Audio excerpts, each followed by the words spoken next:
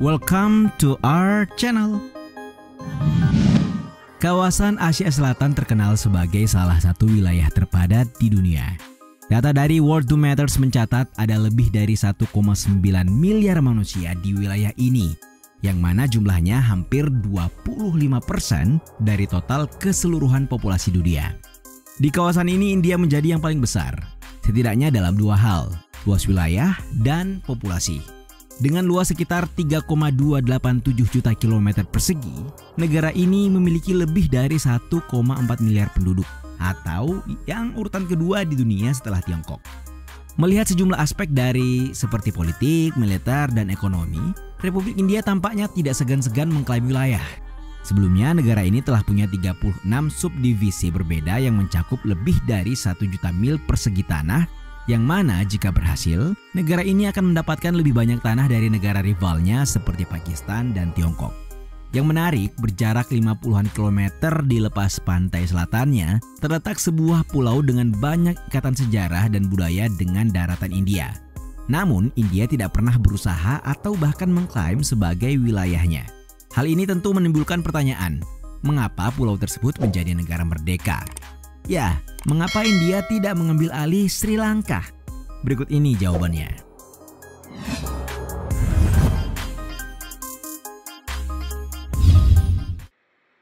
Seperti diketahui, India dan Sri Lanka dijajah oleh entitas kolonial yang sama, yakni Kerajaan Inggris, dan menyebut pulau ini sebagai Ceylon.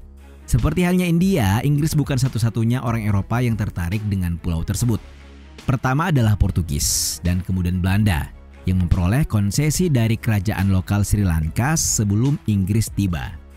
Penting untuk diketahui, penduduk mayoritas Sri Lanka adalah etnis Sinhala yang beragama Buddha, sedangkan etnis Tamil yang beragama Hindu merupakan minoritas, di mana sebagian besar tinggal di bagian utara. Etnis Tamil juga memiliki populasi yang cukup besar di India Selatan. Jadi sebelum pemerintahan Inggris dimulai, pada awal tahun 1790-an, pantai Sri Lanka dikuasai oleh Republik Belanda dan kerajaan lokal Sinhala Kandy menguasai bagian pedalaman pegunungan.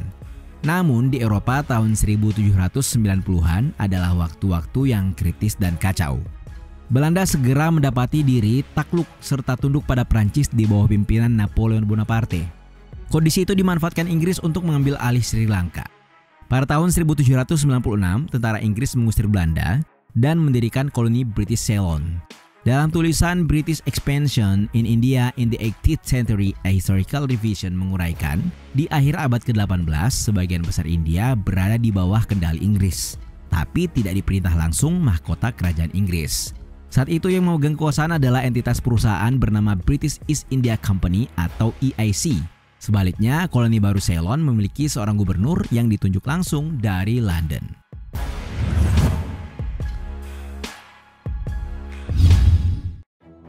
Pada tahun 1817, Ceylon Inggris sukses menguasai seluruh Sri Lanka yang sebelumnya berperang melawan Kandy. Perang pertama berakhir dengan kebuntuan setelah pertempuran darah Inggris yang ditimbulkan Kandy. Namun, perang berikutnya yang berakhir pada penggulingan Raja Kandyan terakhir Sri Vikrama Rajashinya menyebabkan banyak bangsawan memihak padanya. Raja adalah seorang Tamil, sedangkan sebagian besar aristokrasinya merupakan Sinhala. Akhirnya perang ketiga usai dan Inggris melihat para pemimpin yang telah membantu mereka. Ya, penduduk Kandy kesal karena Inggris dan seperti yang kita ketahui menggunakan orang-orang ini untuk mengambil alih pulau. Berbeda dengan India yang berada di bawah naungan East India Company, sebagian besar diperintah oleh India sendiri. Meskipun EIC umumnya menunjuk gubernur muslim untuk memerintah populasi yang mayoritas beragama Hindu, Sri Lanka dikelola oleh dan untuk orang Inggris. Hukum Inggris diberlakukan di pulau tersebut. Dan setelah 1 atau 2 dekade toleransi beragama yang relatif, Inggris juga mulai mencoba menegakkan pengaruh Kristen Anglikan di Sri Lanka. EIC memang memiliki kekuatan di pulau tersebut, terutama karena mengendalikan perdagangan kayu manis. Namun tidak seperti di daratan, IEC adalah perusahaan swasta yang berdiri di luar pemerintahan. Antara ingin menguasai secara ekonomi dan politik, IEC akhirnya kolaps dan menjadi tidak efektif. Kondisi tersebut menyebabkan banyak masalah, sehingga memuncak pada pemberontakan Sepoy tahun 1857.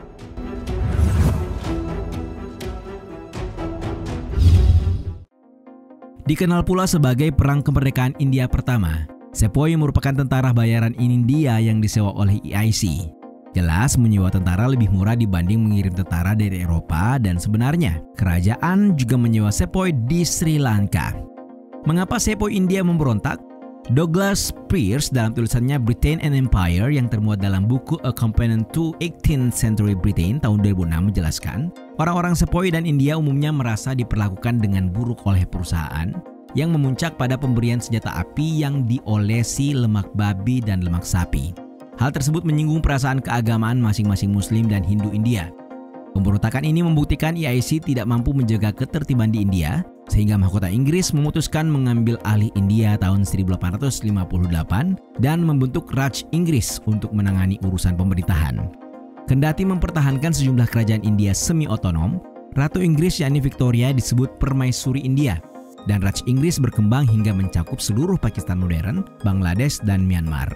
Lantas, mengingat Ceylon Inggris dan Raj Inggris berada di bawah kendali satu negara dan kedekatan geografis yang tidak begitu jauh, mengapa keduanya tidak ditempatkan di bawah satu administrasi saja pada tahun 1858?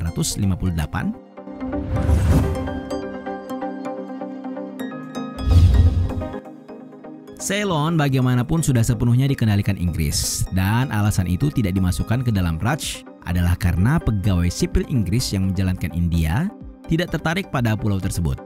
Ditambah lagi, pemberontakan pada tahun 1848 yang sebelumnya terjadi di Ceylon menyebabkan ketidakstabilan ekonomi, membuat aneksasinya menjadi prospek yang tidak menarik bagi Raj Inggris.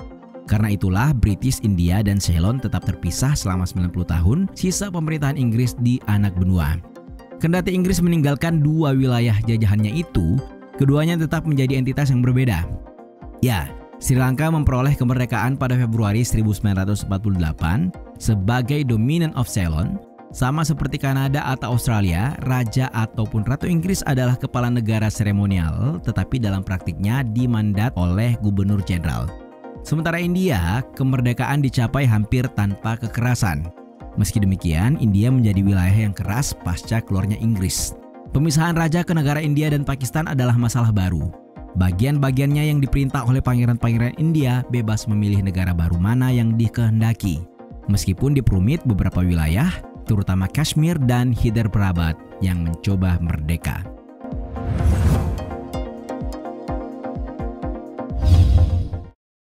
Kekacauan pemisahan dan perang India-Pakistan tahun 1947-1948 menyebabkan ratusan ribu orang tewas dan jutaan pengungsi.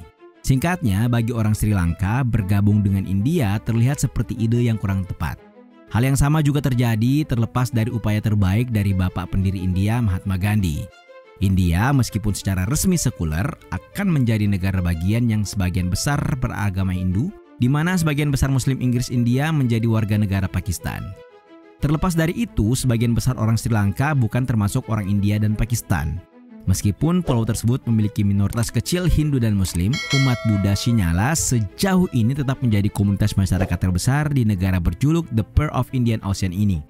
Pada tahun 1972, Dominion of Ceylon mengabaikan sisa-sisa kolonial terakhirnya dengan memilih untuk menjadi republik, menyusul kemudian pergantian nama menjadi Sri Lanka.